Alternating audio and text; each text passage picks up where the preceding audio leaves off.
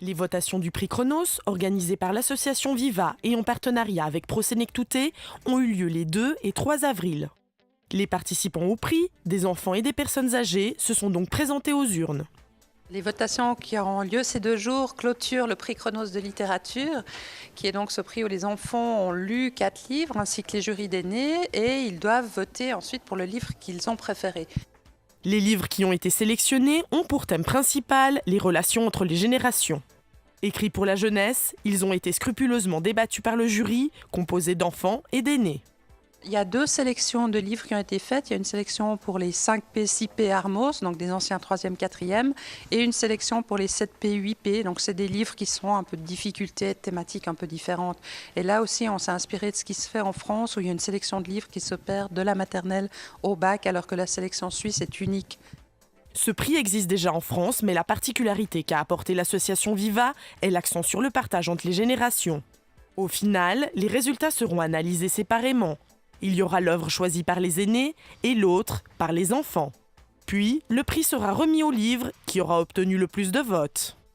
Les résultats vont montrer finalement quel livre a le plus adhéré, a le plus obtenu d'adhésion de la part des enfants ou des aînés, mais à la fois au niveau des qualités littéraires du livre, à la fois au niveau des messages véhiculés, à la fois au niveau de l'attachement ou de la proximité qu'on peut ressentir avec les personnages, sachant que c'était très intéressant parce qu'on a vu au fur et à mesure dans les rencontres et au fil des échanges que les points de vue pouvaient se modifier, que le fait que l'enfant apporte ou que l'aîné apporte un autre regard, un autre éclairage sur un personnage pouvait en moduler la perception qu'en avaient initialement les autres lecteurs.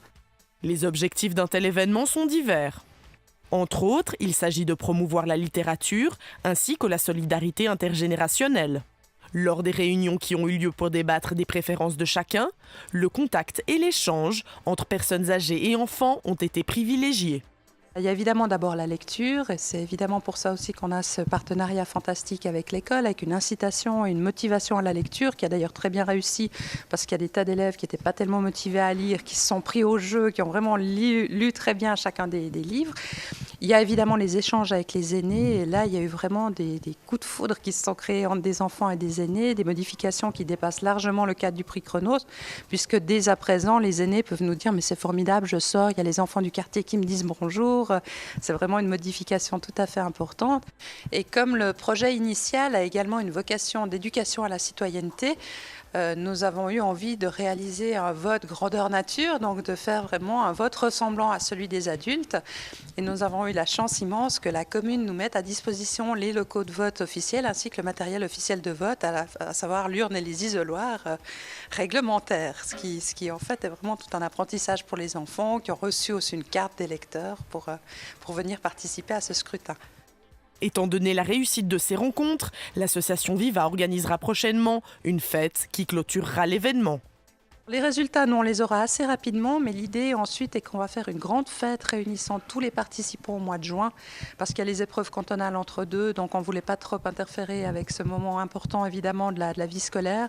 Donc une fois que tout ça sera derrière, au mois de juin, on fera une grande fête réunissant les 350 et plus participants à l'Aula de l'école en Sauvie. Ce sera aussi le moment de revenir sur les échanges qu'il y a eu au sein de chacune des classes, les messages forts qui sont survenus dans le cadre de ces rencontres. Et une dernière rencontre entre les aînés et les enfants, parce qu'il y a des attachements très forts qui se sont créés au cours de ces réunions.